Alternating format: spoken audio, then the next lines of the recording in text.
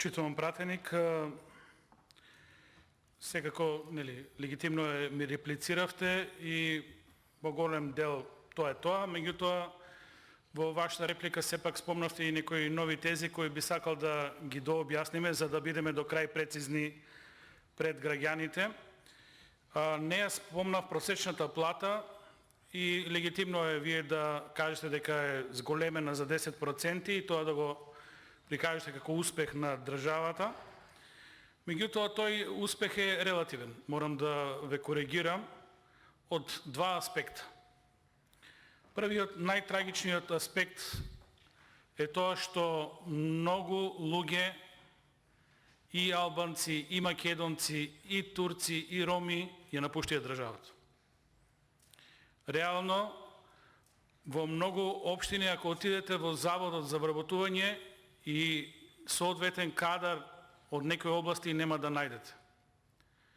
Луѓето излегува од државата, отидува во белиот свет, за да избегат од сиромаштијата, меѓутоа за да избегат и од политиката, затоа што ќе бидам малку и можеби нефер.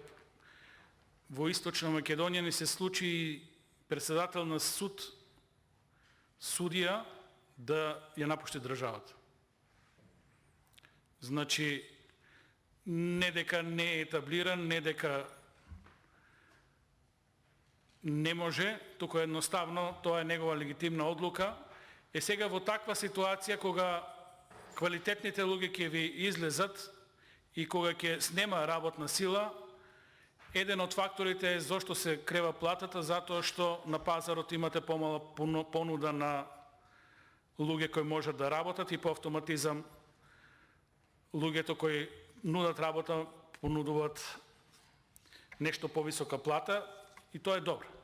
Меѓутоа лошо е што еден од моментите е баш таа бела чума што ја коси Република Македонија. Едноставно најквалитетните, најдобрите, највредните ни бегаат од државата. Друг фактор за покачувањето на просечната плата е желбата на владата на господинот Зоран Заев по било која цена да постигне некаков успех во некаква реформа.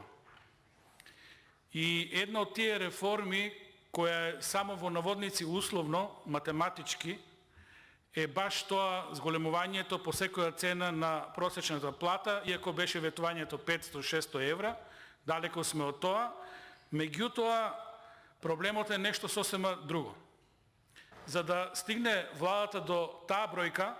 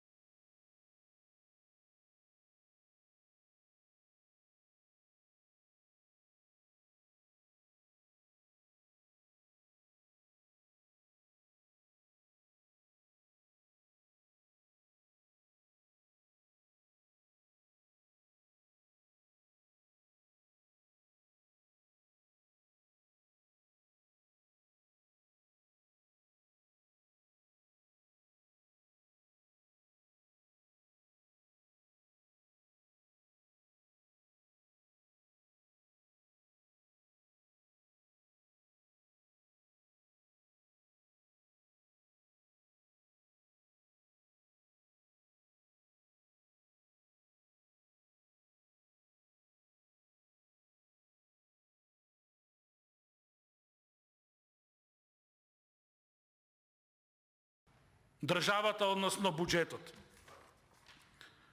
Проектот Александрополис, не сакам да го коментирам, тоа е катастрофа за државата од било каков аспект. Да инвестирате во енергетика во соседна држава, во трета држава, тоа е енергетско зависност од старт, нешто што можете да го инвестирате дома.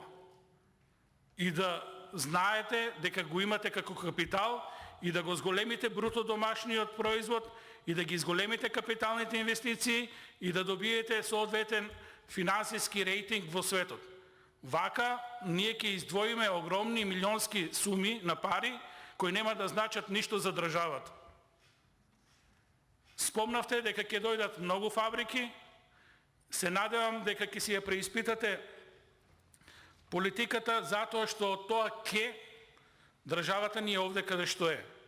Нека дојдат фабриките, тогаш веруете јавно, на јавна сцена ќе ве поздравам и ќе кажам браво, ова и ова е успех и на БЕС-а и на владата. Меѓутоа, такво нешто не се случува.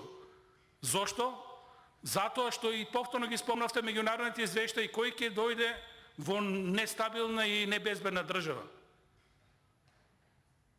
Кој ќе инвестира? Може да инвестира некој само во високо доходовни дејности, каде што за брзо време ќе ги сврте парите. Многу играчи има, верувајте, со зелена енергија што ќе дојдат. За 120 евра мегават час, колку сакате, сите ќе ви дојдат. Проблемот е што не се реални тие проекти. Дај Боже да дојдат фабрики, меѓутоа се уште ги чекаме. Ви благодарам. Контра реплика пратениот код Реджепи.